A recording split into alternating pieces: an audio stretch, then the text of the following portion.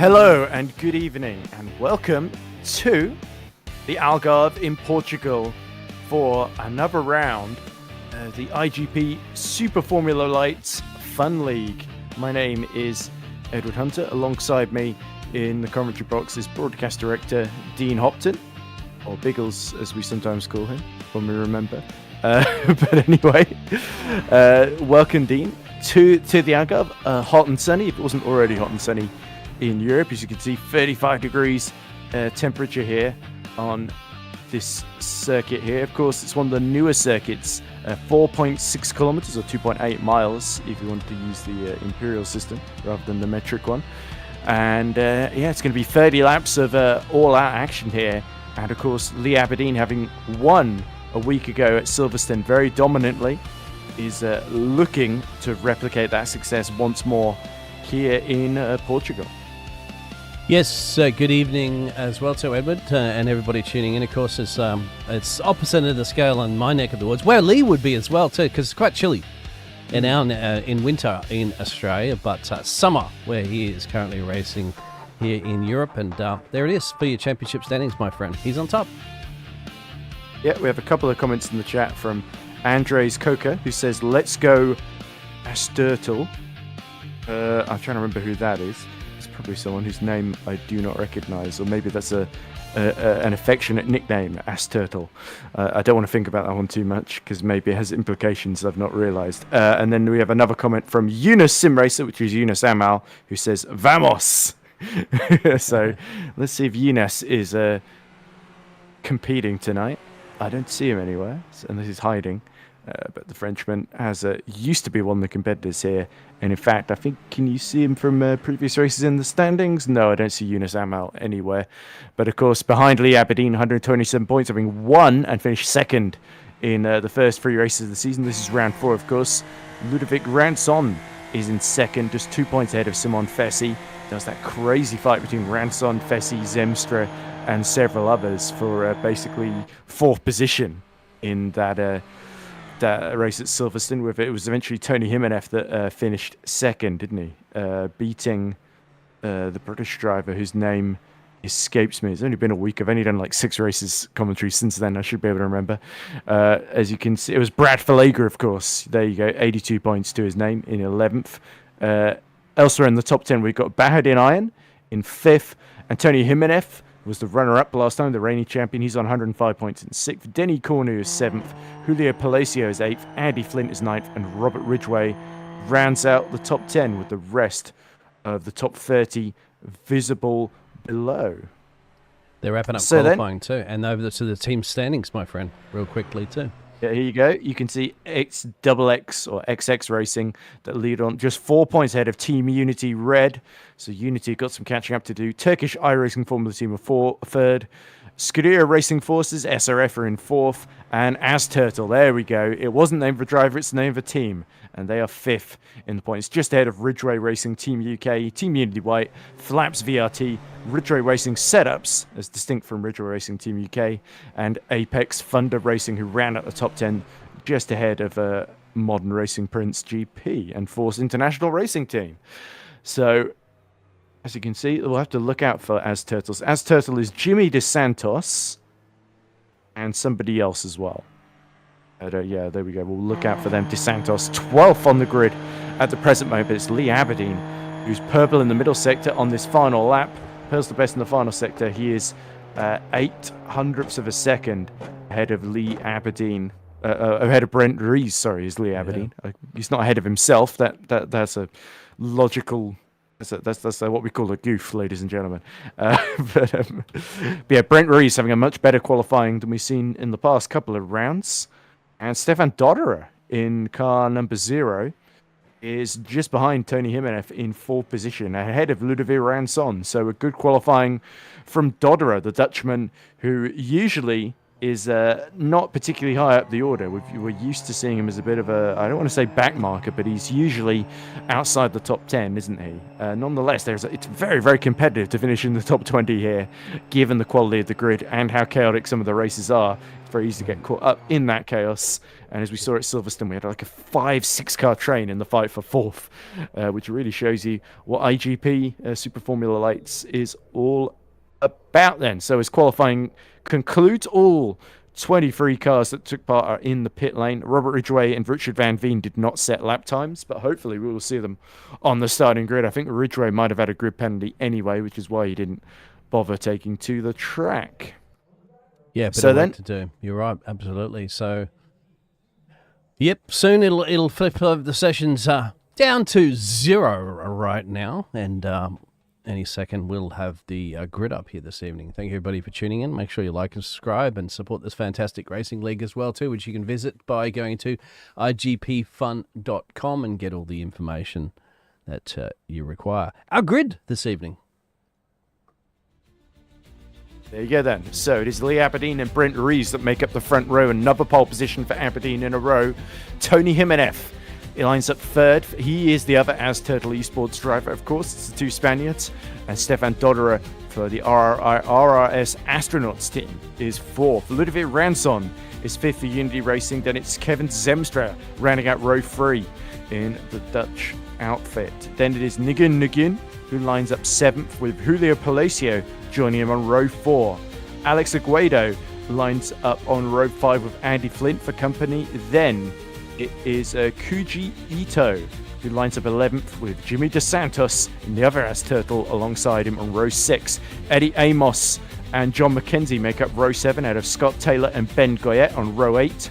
Clark Williams and Adam Talsma make up row 9 with Dorian Arroyo and Mike Ooch on row 10. Paul Distelli and Harry Sasden make up row 11 from Matthew Gracie and Richard Van Veen.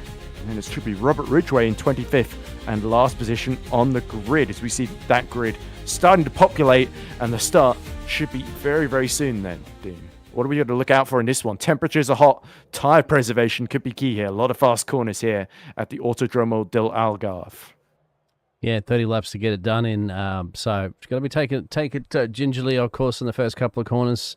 Overtaking opportunities will be there, but also you can easily go from the outhouse to the penthouse and penthouse to the outhouse and vice versa. Remember the purple non-overtake zone on the first lap lasts all the way through Primeria in turn 1, all the way to turn 4, out of Lagos being turn 3, of course. So it should be that run into Torre Vip. The tight left-hand hairpin will be the first couple of moves we should see. Lights about to go out here at the Algarve.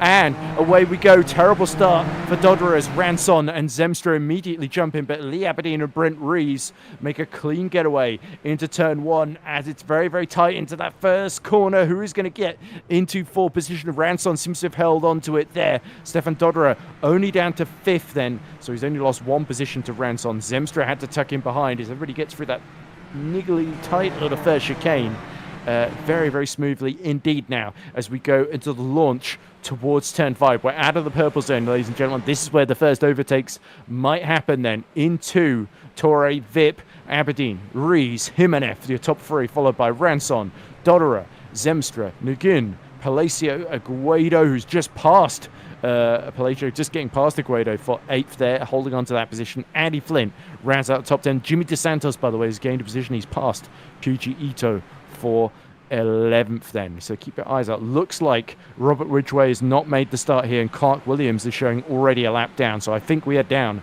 to 23 drivers before the first lap is even finished here. We've still got 29 more laps to go after this one. But for Lee Aberdeen, he's just got to control things, but Brent Rees giving him a little bit of contest at the start of this one, and some defending might be required here. Absolutely fantastic, yeah, exactly. But I have to say, everybody pointing in the right direction.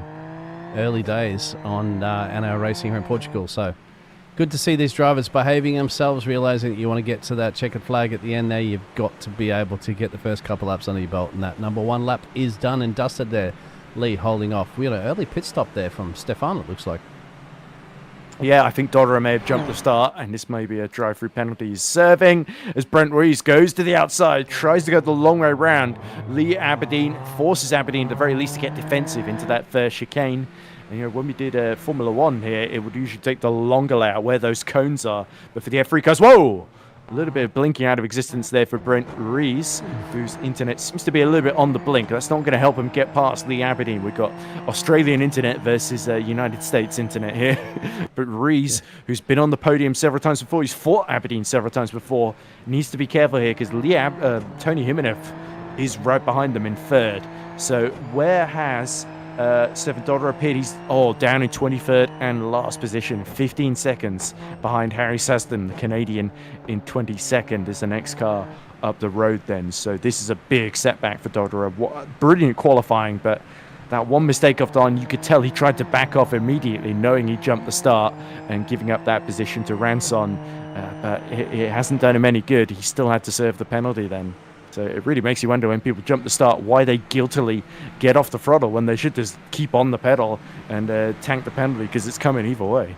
Yeah. Formula One, they'd be doing that, wouldn't they? They'd be on the radio too, just complaining all the time. But this is a little situation, a little different there. Brett was flashing. Hopefully his internet connection had sorted itself out anyway, because, I'm in Australia here. And I'm in the session, so everybody else doesn't seem to be blinking okay. But you'd hope he's in it. Those top three is Tony. They start to just pull a little bit of a gap over to Tony there in P3. And then there's a big gap, of course, further back. Here we go. Fastest lap for Rees as he tucks in, goes to the outside, tries to overtake Lee Aberdeen into Premiere, but it's a tight hairpin, and it's Rees that's got to go the long way round, and he is going to try and do so. Can he get the overlap? Lee Aberdeen is still there as they go towards Lagos turn 3, and it is Brent Rees that has held on there. So that was bold, that was brave, and it's through into the lead of the race as round goes John McKenzie at the first corner. Yeah, not quite sure what happened to John McKenzie, but we'll quickly have a quick look, because we don't want to miss too much of that action. I think he might have locked up on a braking as you see Eddie Amos attacking. He's in the top 15. Yeah. Right behind Eddie. Yeah. Oh, so he would have been 13th, wouldn't he? And yeah, the rear's just swapped ends on him there. But look at this, Aberdeen back in the lead. So somewhere out of Torrey Vip, I think, he has retaken the lead there, just going through Craig Jones and towards Portimao now as they go downhill into 12 and 13 towards Sagrays turn 14. But this is it, a mistake on the exit of Torrey Vip by Brent Rees allows Lee Aberdeen, as they go through Craig Jones and Samsung, to retake that lead there. But this is Nguyen, who is fighting for 7th position past Alex Guaido here. And it's Julio Palacio right in front of him in that blue and yellow car. But Nguyen, the Frenchman, reasserts himself in that 7th position. So Guaido, who was so impressive at Silverstone, not quite able to make as many moves right here. It's Palacio, actually, it's been the big gainer in the top 9 here, gaining 2 positions. One of them, of course, was the drive-through penalty for Dodderer, who's just passed Matthew Gracie to get back into the top 22. But the other one was Palacio passing Nguyen, I think. Matthew Gracie having some big problems at the back there. He's gone off track here. Well, that would be how Dodderer got through then. Yeah. Yep. And Gracie's day is over, as we see Eddie Amos in the Tron livery. The Welshman getting very defensive. Behind him is Kuji Ito, who's lost a place here, another place I should say, with Scott Taylor looking to take advantage in this little train here. Dorian Arroyo is having a battle with Richard Van Veen, who started at the very back of the grid. Van Veen is 19th, has gained 5 positions, but Arroyo has taken one of them off of him. Where he is at the moment, yeah. Van Reen is up 5 places too, currently at the moment where he started this race, so making some serious gains. There's still that nice battle brewing at the front there, so Brett wants this one back there. Lee has retaken that lead after Brett held it for about half a lap currently at the moment. And look at that Rancon now. He's starting to come and play. They did drop him a little bit, but this battle for the top 3 now bringing him in play. You'll have to drop to Kevin in P5 now with that 2.5 second gap. Top 4, check it out here.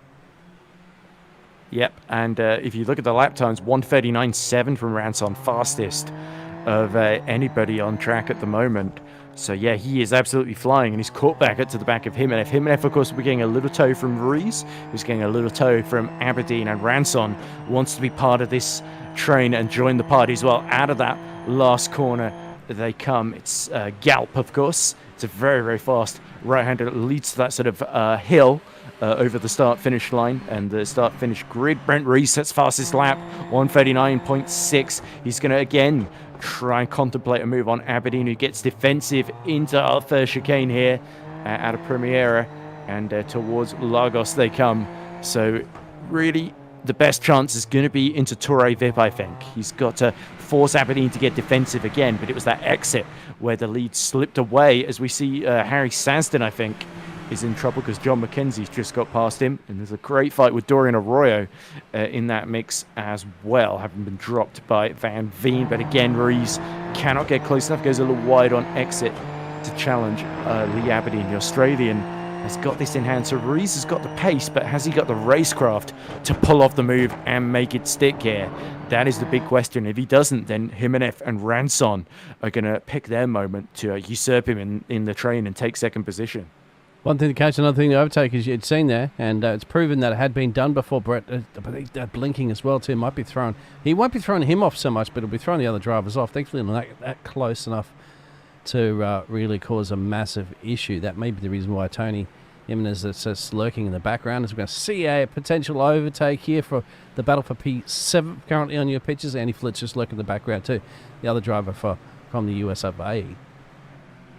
Yeah, so here comes Alex Aguado, the Andorran, all over the back of Nguyen. Nguyen in the French machinery here for the French driver. But yeah, Nguyen, you see the view here from the back of his rear wing facing Aguado, who is getting a good run out of gallops over the hill and towards Premiera. They all rush through. They're getting a little bit of a tow from Julio Palacio, who's starting to escape this battle. He's a second ahead of Nguyen.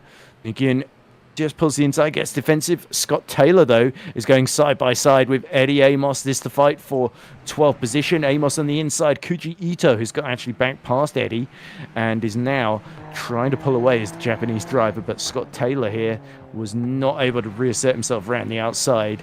And almost he's hoping that Ito disappears so that Eddie Amos isn't getting the slipstream from the back of him, because that is actually working a little bit against Taylor here.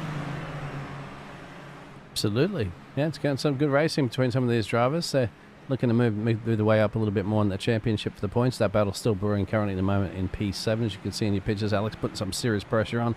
They're still very close at the front there, so we'll switch between these three battles currently at the moment. Good exit. Oh, mistake from Nguyen. That allows Aguado to go round the outside as they go uphill towards Craig Jones and now into Portimao. They come very tricky corner, Portimao, because you sort of have to switch across the track to get back on the racing line if you're in a battle with somebody, as they go downhill towards 12 and 13 and towards Sagros. So here's where Aguado's got to set up the move if he's going to go for it here. Hope that he can put Nguyen off into another mistake here. And Nguyen goes a little wide, but gets early enough on the power, well over the curb. This could be the opportunity then for Aguado. As this lovely downhill sort of bend in the road, I guess, which you might call a corner. I was thinking more of the elevation change. Of course, side by side, Rees is going to try and go round the outside of Aberdeen into the first corner. Aberdeen breaks fairly late, but not nearly late enough. That was a fantastic move from Brent Rees, and he's done enough to secure it then going into Lagos there. So Aberdeen loses the lead, and now Rees will be determined not to repeat his mistake on the exit of Torre Vip here. He's been sizing them up for a couple of laps now, hasn't he? He did. He laid his cards down earlier to do the overtake, but Lee caught him back. Lee might going to try to catch him back again in this time around, but I think Brent's actually tried to cover him off quite well this time. So it's going to be interesting. A bit of a switcheroo. The predator becomes the prey. There's your top four currently at the moment, with about a 2.6 second gap down the road to the Dutch driver of Kevin for the 1-2-3 machine running in P5. But this battle as well too. My friend is still not over. Yeah, I thought you said you said laid his cards down early, but I heard ladies' car down earlier. There we go, right again. Out of Portimao goes Nguyen, and that allows Aguado to cleanly slot through. Look at Andy Flint as well, right behind now in the Scuderia Racing Forces car. He's dragging Jimmy Dos Santos with him there. Flint nearly goes straight into the back of Nguyen, who was really struggling. You can tell being passed by Aguado around the outside has knocked his confidence there with that little mistake. And it's the second lap in a row he's made it into Portimao as well. So now we have a new leader. What can Aberdeen do in response? Because now he's got Jimenez closing on the back of him and Ranson as well. So it's all getting very, very tight. Jimenez's pace looks a little bit stronger than Aberdeen's at this point. He was a 10th quicker the previous lap. Yeah, the clean air. Let's see if it's going to pay. But overtaken opportunities, of course, are down here into turn 1, down the main straight. But this time around, not close enough for Brett. But, of course, Brent's... Nguyen is back past Aguado in 7th. That battle for 7th position, side by side. They all go. It's free wide. Andy Flint's trying to go around the outside of both Nguyen and Aguado. The two side by side into the chicane. And I think... Nguyen has just held out around the outside there, very close. Aguado was quite cooperative to leave the space there. It's orange and black versus red and black. So yeah, Aguado, I think, is actually, that was DeSantos, sorry, that he was fighting with. And it's Flint that's lost out to DeSantos, who's gained now 3 positions from where he started in this race. For those interested, by the way, Richard Van Veen has gained 7 positions from his starting position. He's in 17th at the moment and fighting through the field. He's lapping in the high 140s. Whoa! Big mirror. That's Harry Sasden surely out the race. And I think that was Seven Dodderer who'd come to grief there as well. Yeah, just they've come into together. Lagos. This is it here. So Bang. coming out of the first chicane, there's a little bit of contact. And trying to thread the needle there. So does Sasden. He just collects as Dodderer tries to rejoin the track, running a little bit wide. They both spin. They both briefly contemplate trying to do the corner backwards before deciding against that. And Dodderer is out, and Sasden ahead now of only Clark Williams, who I think did actually get going in the race after all. So they've only had 3 retirements. Yeah, you can see currently at the moment, P22nd. So Stefan's in the pit road. They're getting some damage fixed, perhaps, or is it might be retiring the car? We don't know. I think he just teleported back to the pit lane, so that's him done, I think. Yeah, he did that as well too, so that's unfortunate. But it is what it is. It's called motor racing. It happens. Let's look at our front runners again, because they are starting to challenge each other. Here comes Jimmy DeSantos side by side with Aguado in the battle for 8th. DeSantos continues his rise up the order in the Turtle Esports car as his teammate Tony Jimenez is now dropped to about a second behind Aberdeen because he's having to get so defensive against Ranson. 4/10 behind him, all wide goes Kuji Ito, and that allows Scott Taylor through. We saw Eddie Amos clear him a few laps ago, and now Taylor's done likewise. It's Ben Goyette, the Canadian, that's giving Ito a bit of a consolation behind him then as we're about to start lap 10. We're nearly at a third distance here, and Rees is looking more and more confident in the lead, but Lee Aberdeen is able to use the slipstream down the main straight to challenge him at the very least. So Rees, if he wants to make it a 4th different winner from 4 races this season, is going to have to really put up a mighty defensive drive to keep the force that is Lee Aberdeen behind him. Good exit from Alex, but where's he going to go? He's going to be running off. Goes defensive, doesn't he? Onto Jimmy the grass Santos. is the answer there. Yes. Into Portimao they come. Somewhat confusingly, the Algarve has a corner named after another circuit, also in Portugal. As we see there, the Spanish flag on the back of DeSantos' rear wing. It's almost like he knew this camera was going to get used and wanted to display a bit of national pride. Well, we are in Portugal, but it's the Spaniards on the rise here. Jimenez still holding on to the podium, and DeSantos keeping Aguado at bay, but he goes a little wide out of the penultimate corner of turn 14. That is, of course, Sagres, and that allows Aguado to close into Galp. As there we go, fastest lap of the race for Brent Rees, who pulls another 2/10 clear of Lee Aberdeen. That is absolutely crucial as Ranson continues to match Jimenez right in front of him, and Aguado right behind DeSantos, with Flint now nipping at both of their heels. So Andy Flint is very much joining this party here, and DeSantos wants to escape and follow Nguyen and try and challenge for the top 7 here, but he can't as long as he's defending from the rapid-looking Aguado. Yeah, Guido, you can see so much better on some of the exits here, but then nowhere to go. Jimmy's just parking that car in the right places. He's going to have to force Alex around the outside somewhere. So that's just the way it's working. Of course, that is bringing, as you mentioned, Andy Flint's just lurking in the background, enjoying that little battle. He's loving it because it's bringing him closer into that party. Both those drivers, Alex and Andy, started exactly in the 9th and 10th place, but it's the Spaniard, isn't it, of Dos Santos. That's been the biggest gainer so far, up 4 into 8th. But he's got to hold on these fast drivers behind him as we're on. Yeah, hope that the tyres hold on if he pushes them too hard as well, that's Dean. Right. So as we go into Portimao, very, very wide from Aguado, but he gets a great exit as a consequence. You can sense Jimmy DeSantos just tightening up at the steering wheel, getting a little bit cagey here as he again doesn't get an amazing launch through 13 into 14 they come, And again, a lot more curb used by Aguado. Nguyen is about a second and a half ahead, so there won't be a lot of help or a lot of slipstream. Personal best lap for Aberdeen, as he's 2/10 quicker than Brent Rees. Fighting back a little bit is the Australian in car 122 as he tries to get that second win in a row as the championship leader. But look at Aguado looking very, very fired up here. But Andy Flint got the best launch at the final corner. He's positioned himself to the inside. The Hydro Race SRF car just looking closer and closer, well over the curve for Aguado. He's taking risks here, but at the moment, Andy Flint is looking to challenge and relieve him of that ninth position. Yeah, Aguado that's got loosey-goosey, hasn't out of the corner there. He managed to save it. Good save, you'd have to say. It's definitely going to bring him into the clutches here of the American driver, Andy Flint, for sure. And I wondered that little bit of mirror driver is throwing him off because, you know, that's the difficult part about being the driver, isn't it? In the middle, you're kind of focusing on that battle with Dos Santos up there, and then all of a sudden you've got a mirror full of the number 13 American driver. Might have thrown him off a little bit. He's got to, get your focus back onto that one and mount that attack. This is actually going to get by the Spaniard some breathing space too now. We've got to move for 14th. Mike Ulch, who's been trucking along quite nicely, has passed Scott Taylor. I think Taylor may have made a mistake. Taylor did make a mistake, early in this lap. Yeah, here we go. So he was behind, I think, Ben Goyette. And does he just get a little bit too close into Torre Vip? Does he spin up the rear tyres? Yes, he does. And has a clumsy little half spin, which lets Mike through there. Yeah, it'll give us a chance to have a look at this battle further back here at the moment. That's John McKenzie and Adam. That's battle for 17th and 18th. But we will have to go to the French driver versus the Spanish driver. That's not the first time you heard that this season. You've heard it multiple times last season. And you're going to hear here it comes again. Ranson. Side by side, he's got the overlap starting into the first chicane, and Tony Jimenez is hung out to dry. There's no way to treat the reigning champion, but Ransom will not care. One jot, the Unity Racing driver, up to third then.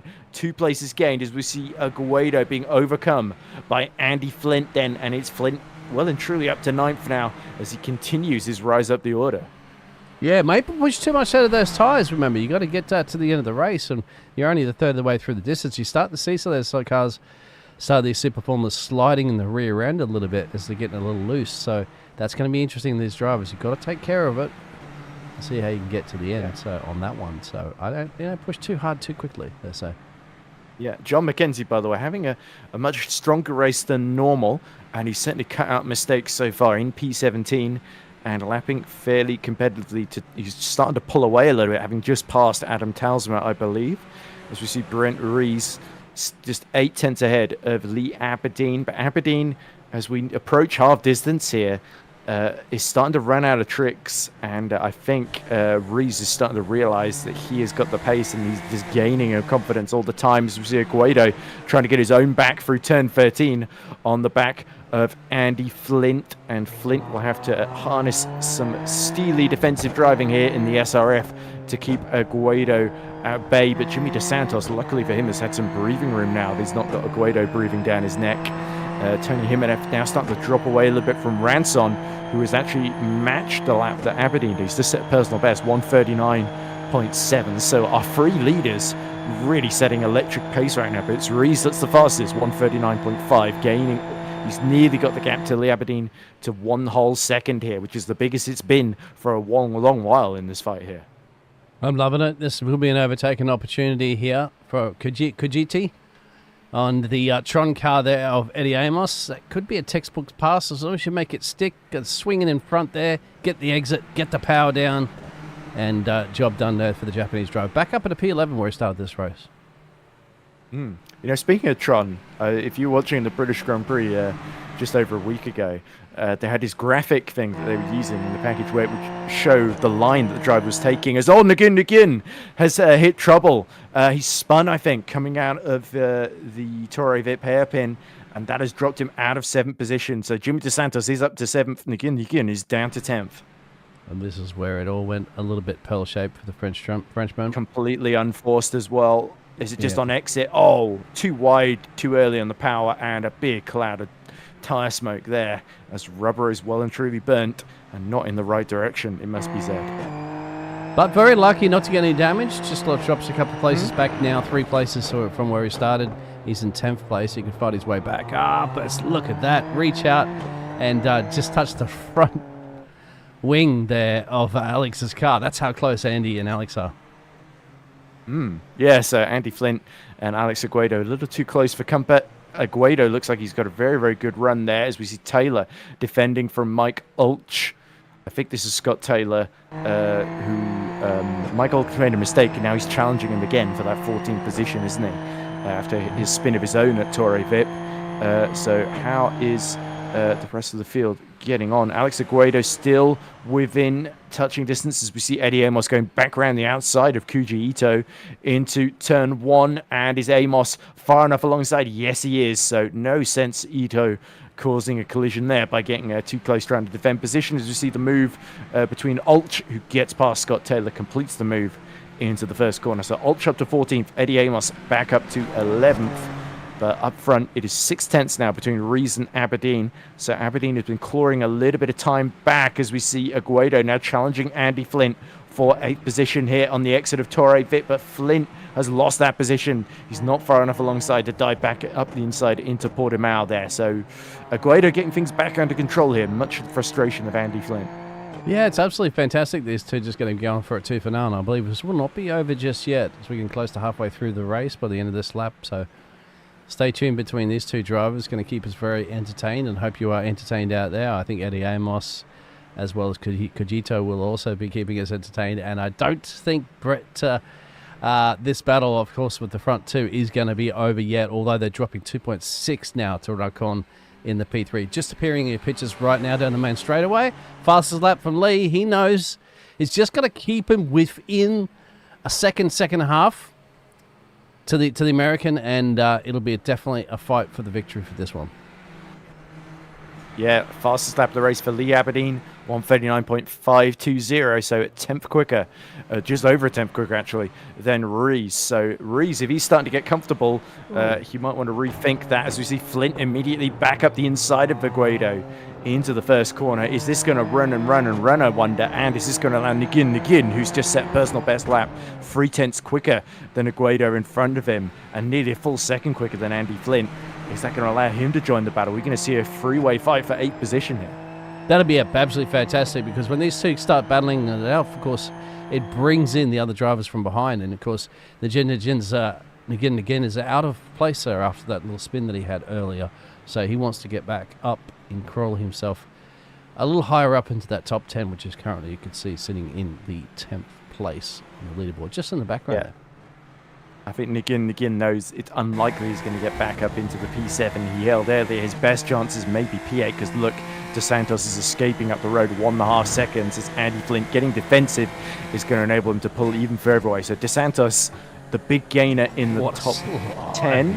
As Flint is really starting to struggle here. Yeah. Richard Van Veen is still the biggest gainer from where he started, gaining 8 positions from the back of the grid into P16. But another big gainer is Mike Ulch in front of him, who's also gained 5 positions as Aguado nearly drifts into the back of Andy Flint and does well to rescue that one, actually. As you can see up front, again, Lee Aberdeen gaining crucial hundredths of a second. The gap's 0.73 seconds to Rees in front of him, as Tony Jimenez is actually starting to fight back 3/10 quicker than Ransom on the previous lap. So the gap now also down to 6/10.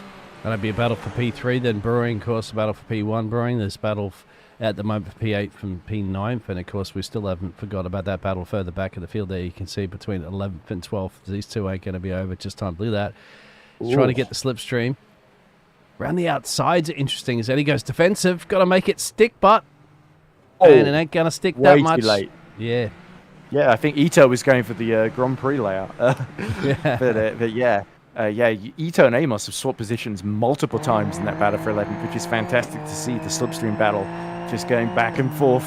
So everybody has trimmed out the wings, but they've got to live with the understeer through some of the corners, essentially, in places, and especially keep those tyres alive in the latter stages. And as we're past the halfway point now, this is where the tyres will start to just crumble away underneath them in these temperatures. It's 21.5 degrees Celsius now, track temperature, so it is starting to go down a little bit as the sun goes down.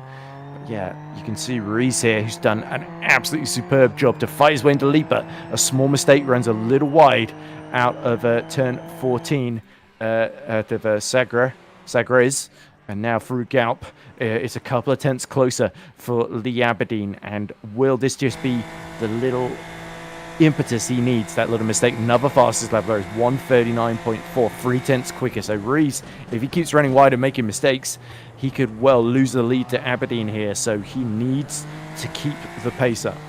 I think Aberdeen's playing a good psychological games at the moment here.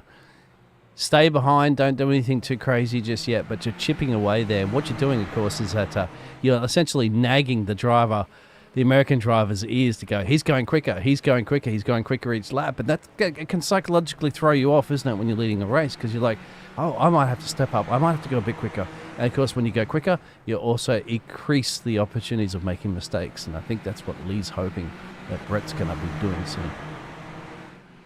Yeah, unfortunately for Nagin, Aguado and Flint have not been fighting nearly hard enough for him to get through. As we see Mike Ulch fighting away with Richard Van Veen, who's just gotten back into the top 15. So 9 places gained. Next target, Scott Taylor, 2 seconds up the road as we cut back to Aberdeen. Craving, wanting that lead and trying to keep the pressure on Brent Rees here. And this is the question. 13 more laps to go. Can Rees hold on, or will Aberdeen break him? This will be the big mighty sector here that you want to finish off these sequence of corners as you're going to go deeping down the hill, of course, and you're going to be getting ready to cut it back over. But this is interesting because you want the exits of exits coming up soon, and that's going to give you the opportunity down the back stretch here. There, didn't quite get it too much, isn't he? But the heavy braking, as you know, down into turn 1 is going to be the key here. Will he just stay happy? Great exit from Aberdeen. And he pulls to the right-hand side, gets alongside Brent Rees. Rees breaks very, very early. Aberdeen gets through, cuts him off at the apex, and Aberdeen is back in the lead. So it's just a brilliant run out of turn 14 and through Galp. As you saw, Rees went a little bit wide again, and that just opened the door. So can Rees fight back here as he's starting to run out of tyres here? I think Aberdeen has played this to perfection then. 12 laps to go. Yeah, but you also got to remember too, once you get that lead out there, you got to try to break the lead. And that's break the toe. He's creating a big hole in the air. And Brett's going to hang on. He knows that. He's going to hang on. So that's going to be interesting. Loving it. Yeah, always great to see Aberdeen challenge. He's such a tough driver to beat. And Brent Rees has done it a few times in IGP Super Formula Lights. But yeah, he would love to do it one more time here at the Algarve here in Portugal. As we are closing in to the final stages of this race then. These last 10 laps are going to be very, very intense indeed. Can Aberdeen get a good launch? It's all about these last 2 corners really, isn't it? As they go up into 13. Rees breaks very, very late. Over the curb they go into 14. And again, this is where Rees really struggles and sort of understeers a little bit. And this is where Aberdeen gets on the power slightly earlier. There we go. And he's in the slipstream now, but is he a little bit too far back? He's going to get very, very close here. What has Aberdeen got in reserve? This is absolutely... These are alien levels drivers as well, too, of course. If you look at the strength of field here, it's 3.3K. Oh. And here we go. There's going to be another little switcheroo between the drivers. I'd be happy to do this at this point. It's also giving you a little bit of a dress rehearsal of going, all right, you've done it to me, I've done it to you. We'll do it a few more times over. It's going to be more importantly who does it on the last lap of the race is going to be the key, isn't it? Yeah, tellingly, even though Aberdeen got past there, he has just set the fastest lap of the race. So it's not necessarily about that straight line speed. It's about holding on through the corners. And you can see Aberdeen still close to Brent Rees, but Rees will be pushing to try and break the toe ahead of the main straight on this occasion. But somebody who hasn't is Ben Goyette, who's got Scott Taylor all over the back of the MRP. He's going to try and relieve the Canadian of 13th position. It's late on the brakes for Taylor, but it is through as they go through that first chicane. And yeah, Taylor putting together a good race here as he asserts himself into P13 and now hopes to join the Eddie Amos Kuji Ito battle once more. And if you want to be joining this action, right there, iGPFun, how's that for a little bit of promo, of course. iGPFun.com, sign up and be a part of this. And these, once again, these are some of the absolute quickest drivers on the planet, so you want to be a part of it. Certainly in iRacing, that's for sure. As here comes a Guaido who's caught back up to Flint. We seem to have missed something here because Jimmy Dos Santos has been caught by both Flint and Aguado here. So Dos Santos starting to struggle after a strong start to this race. And Flint and Aguado sense these last 10 laps there might be a chance to take advantage. Will they get distracted fighting each other here? That's the big question as we see Aguado cutting in, trying to get the exit here.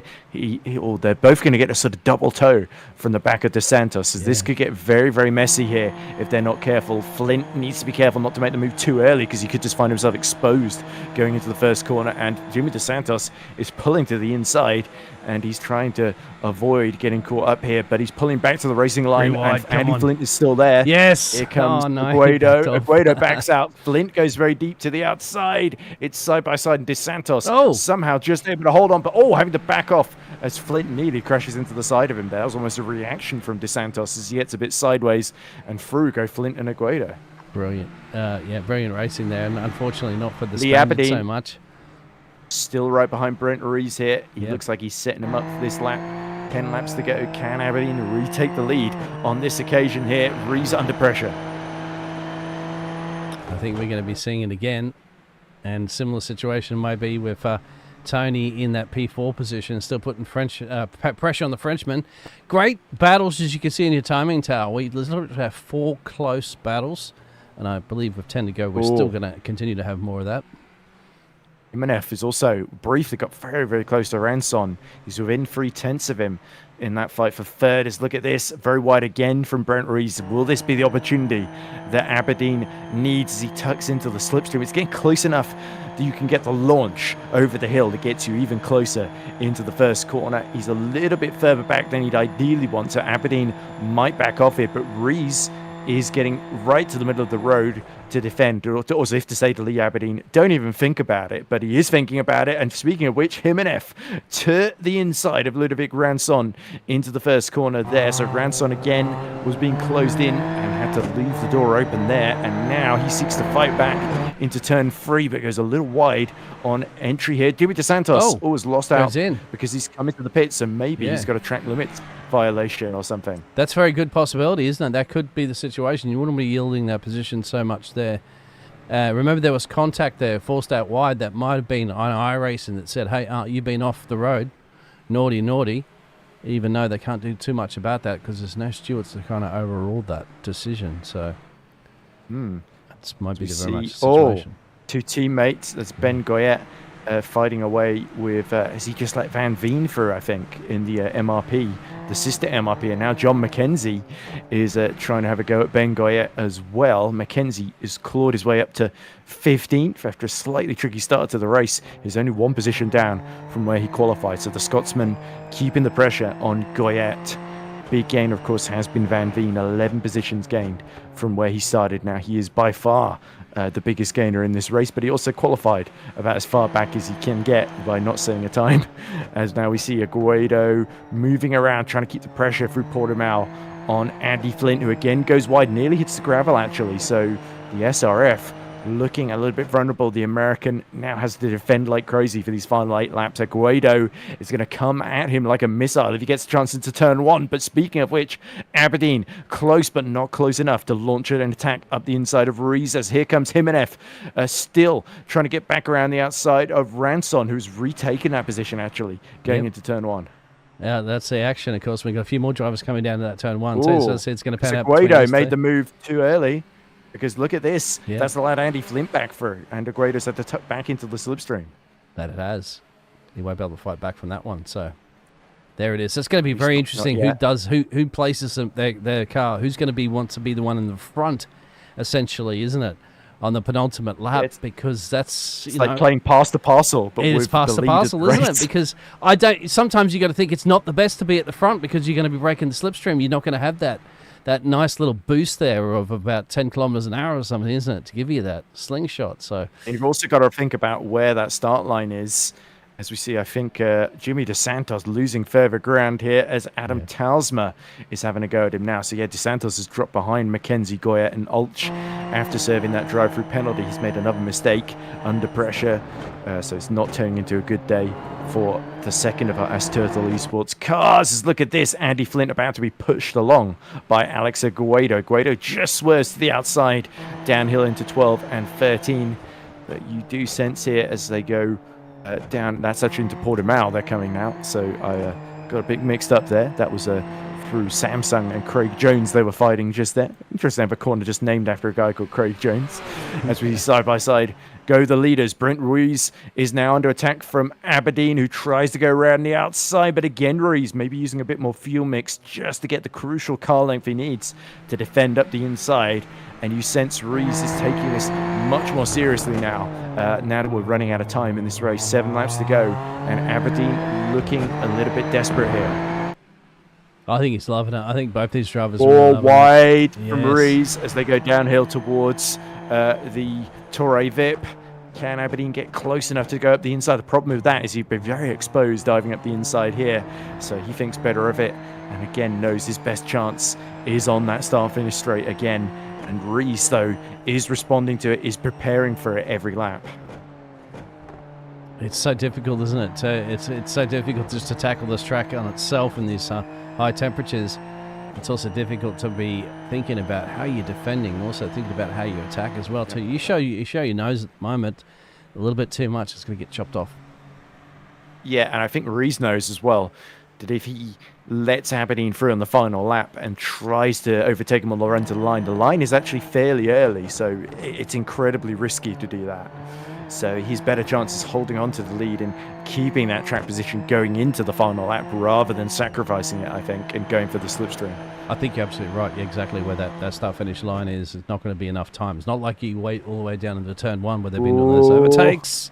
A little wide. Aguado and Flint just got a little bit tense in his defending, and that forced him to understeer wide off track just over the curb there. A lock up from Aguado as here we go again defensive from Brent Ruiz. That was a very firm chop over the front of Lee Aberdeen as Jimenez is back into third side by side. He's got the inside on Ranson, so these moves are being set up at the final corner. Ranson tries to set up for his exit here through the chicane. He's going to get cut off on the outside there as they come towards Lagos here, and again now it's Jimenez getting defensive. Andy Flint is got back past Aguado almost immediately, so Andy Flint has got very, very good straight line speed compared to Aguado. That might be where he set that car up, whereas Aguado is trying to make the move in the middle sector through the twisty stuff. This is going to be head to the twisty bits. Exactly, this is going to be certainly exciting for these three major battles to keep your eyes peeled on. And I'll tell you what, I think it's going to be that penultimate. Probably the one lap before the penultimate lap will be to see who wants to be the one that wants to be out in front, isn't it? Or if you can force the other driver into a mistake then, as we see again, Aberdeen moving around in the rear view mirror as they go through Portimao downhill on the roller coaster ride through 12 and 13. And Aberdeen is setting up for 13 into 14 here. Then you can see Reese is a little bit close to the inside, goes back to the racing line, and misses the apex ever so slightly. That'll force him wide. And now this could be the opportunity for Lee Aberdeen. He's closer than he's looked before. And as we ride on the front nose cone again, a little bit of undulation, but he's tucked right in the slipstream. There's no escape now for Brent Ruiz unless he can defend like crazy. He's going to try and break the toe, moving to the inside here. And Aberdeen has got the momentum. He's going to be at least alongside, but he's got to force Brent Ruiz to outbrake himself on the inside. And Ruiz is seeing that coming, and he had just enough overlap. That was well judged from Ruiz then, as again Aberdeen is forced to tuck in behind into Lagos. And surely it's got to be a move that he's not expecting then. 5 laps to go, and it is nip and tuck, nose to tail between these two as we see Flint and Aguado continuing to swap positions. And this time Andy Flint again uses that straight line speed to overwhelm the Andorran. But I think this could be an overtaking opportunity before we get into turn 1. And I think Lee knows this one. He's really putting pressure on here. We have seen a couple of overtakes, especially from those other drivers of Alex and Andy mid-track rather than just the common overtaking zones. And that's what these two are trying to do currently at the moment. Very, very defensive from Brent. And this is going to affect his exit through the final sector here. For the crucial high-speed corners here, it's all about setting up 13, 14, and 15, isn't it? Sagres and Galp. So here we go. Aberdeen is all over Brent Ruiz like a cheap suit here. And he knows there's only 4 more opportunities after this one. 4 more laps. Again, Aberdeen sort of understeers out wide. Still gets on the power, but again, It is Aberdeen just a car length closer than the previous lap here. He's going to get Rees much earlier down the back straight here. He tucks in. Has Rees got anything? There we go. Lee Aberdeen pulls out to the left. It's going to be the long way round, but he's going to get through much earlier this time. Brent Rees is still there, still got the front wheels alongside. He'll have to brake late if he wants to hold on to this lead. He does brake late, forces Aberdeen a little bit deep. And there we go. Brent Rees is proving himself to be quite the tough customer to overwhelm here, and Lee Aberdeen is going to have to come up with a few more tricks, and he's going to have to come up with them fast here. Yeah, he will. And the switcheroo between these two drivers again. That's before the start-finish line. That'll be interesting. Oh, and all of this is allowing Nguyen to close in. He was 3 seconds down on these two, and they're just losing time. Oh, move up the inside from Aberdeen into Torre Vip. And it's Brent Rees who didn't get the launch out of the Lagos, and he's given up that position to Lee Aberdeen. But now he'll tuck in behind, and Hunter has become hunted again. Yeah, I think that was maybe something that Lee was planning here. He said, okay, Brent's been too defensive into that turn one. Yes, so Brent let him through deliberately. He didn't look like he was defending the inside all that much. That is a possibility, isn't it? Exactly. Mind games at play here in the dying stages of this fantastic Portuguese GP. And a little bit on the gravel from Brent. But he's still close enough that he might be able to take advantage with the slipstream. Look at this, Aguado. Once more, this is the bogey corner for Andy Flint as we go towards Portimao uphill. And again, a good exit from Aguado. He's going to go around the outside, downhill towards turn 12, side by side. It is Aguado that's got the inside here. But as they go towards Portimao, again, it's very late on the brakes from Flint. Compromises his line. Aguado goes through. And now Flint is saying, just wait for the straight. Just wait for the straight here. And I'm going to be able to... Don't have to brake late up the inside here because coming out of Galp, that's my best opportunity. Rees now still 2/10 behind Lee Aberdeen, but I don't think he's quite close enough. That mistake, dipping a wheel in the gravel through Portimao, has cost him a little bit here. And now just 3 laps to go. Rees is the one under pressure here. Needs to nail the middle and final sector here to get an approach to the back of Aberdeen. As we see Flint and Aguado again swap positions, just like clockwork. Andy Flint breezes past at 1,000 miles per hour down the straight, and Aguado is starting to get a little bit annoyed here. It's deja vu again. And keep an eye out for the Frenchman lurking in the background as well, too, after he made that little bit of error. He can easily, if those two start to tango a little bit, may be able to squeeze a couple of places there and then steal a possible P7. So very, very interesting between these two. Lee's got to put banker laps in right now, isn't it, and try to just hold off here for a couple of laps, the flying American driver, Brent.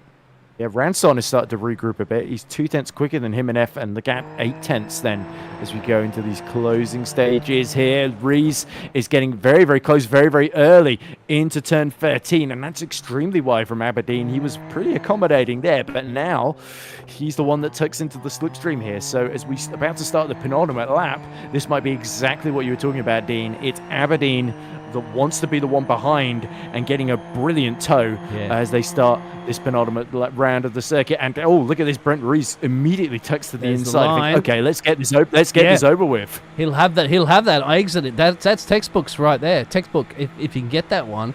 Now let's see if Brent's going to be confident enough once again under the brakes. He will. Oh, he is. There we go. This is a carbon copy of what happened before, wasn't it? Exactly. Yeah, so Brent Rees had the confidence to pull it off again. It was from quite a way back, actually, all things considered there, considering the run that Aberdeen got. So Aberdeen giving up that position. Yeah, what's where Aberdeen gets going wide into 13. Oh, yeah, going to Torre Vip. Andy Flint again breezes past Aguado. Aguado is thinking, maybe I should be the one that tucks behind this time. Sort of...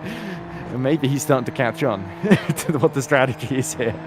But yeah, here we go. There's not long to go in this race. 45 minutes elapsed. We've got one more lap to go after this one. Isn't it? It is 2 more, isn't it? Because we've got 28, 29, and then lap 30, isn't it? As we see all this time, it's Brent Rees again that dips a wheel in the gravel. And Aberdeen, his eyes will light up here because he knows he's got another chance. He did sacrifice track position somewhat unnecessarily the previous lap, didn't he? Because it didn't work out down the main straight. But now he's got another chance, another opportunity to crack Brent Rees here. And it's almost like Brent Rees has presented a puzzle here, and Aberdeen has got only a limited amount of time to solve it before this race ends if he wants to win.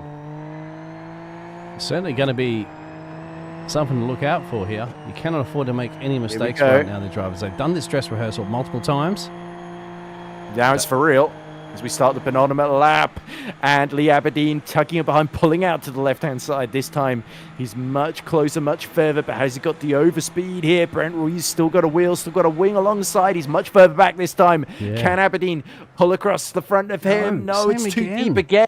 Yeah. It's Aberdeen out breaking himself into that first chicane. Such is the overspeed that he needs to make the move happen for him. But what was important was that if you only caught, did Lee have his nose ahead by the time they crossed the line before they started that lap? That's interesting. I think he did have his nose across the line on the exit. It was very close. Yeah. Speaking of which, Aguado has realized that he can get much better run in the slipstream of Andy Flint rather than being breezed past on the straight every lap, as we see. This time, though, the high downforce on that car has started to play against him as he now closes in as they negotiate the first sector towards Lagos. Again, Andy Flint having to get very defensive here because he knows he's set it up for straight line speed. He should get a good launch here, though, on the run into Torre Vip, and that should prevent Aguado from making a move here. But Aberdeen is starting to panic here because he knows he's got to time this perfectly or the win could slip away as Andy Flint locks up, and Aguado, for the 5th lap in a row, is surely going to make a move here in the middle sector. But it's the lead that is probably the more concerning battle here as we see Aguado tucked up behind Andy Flint. And look how close Lee is here on the exit. This is going to be very important. Oh, this time it's Lee that runs a little wide. Yeah. That was actually a really good exit from Brent Rees, but Lee's still close enough to get the embers of slipstream, which will drag him closer, and it's like a magnet turns on halfway down this straight. We're about to start the final lap, and actually Brent Rees is snaking. Are you allowed to make this many moves? Well, he's trying to do so, and that's preventing Aberdeen from getting up the inside, round the outside. He's forced to go, and this time Brent Rees comfortably gets into the first corner first, and Aberdeen senses time running out here. This is going to be a tense final lap here as he pushes Brent Ruiz all the way to the finish line. Yep, keep your eyes peeled on this one. Lee's got to keep as close as you possibly can. You got to reach out there and just hook onto that gearbox, my friend. That's about the only thing he can do here. Alex and Andy also will keep an eye on that one later because we have to keep an eye on the leaders. Went back through. Yeah. So there we go. Aguado just foiled once again. But luckily, if Aguado can somehow get through on this final lap, he might be able to have enough purchase before Flint can jump him on the run to the line. But it could be very close indeed. A little cagey from Vries. Down these straights, he is weaving around and defending all over the place. That's how scared he is that Aberdeen is just going to launch through. As we see DeSantos gets past Ben Goyette for 15th on the final lap of the race. Important there. Aberdeen gets to the inside a little too early there. That could compromise his exit ever so slightly, but here it's 13, 14 and 15 to the crucial corners, and Aberdeen is setting himself up perfectly here. Brent Rees knows he just has to set up the exit, has to nail it here. If he wants to hold on, he runs a little bit wide, and that could open the door for Aberdeen now. It's just gallop to go, and Rees has got to defend, has got to weave like crazy here to stop Aberdeen jumping him on the run to the line. It's very, very close. Aberdeen pulls out to the left-hand side. It's a drag race to the line, and it's Rees that holds on by 800ths of a second there. That was extremely close. Homenev just keeps Ranson at bay, and then it's Kevin Zemster. We didn't talk about him much. P5 for the Dutchman, and it's Flint that gets past Aguado. Aguado backs off. Yeah, oh my goodness, they're backing off. It's after you.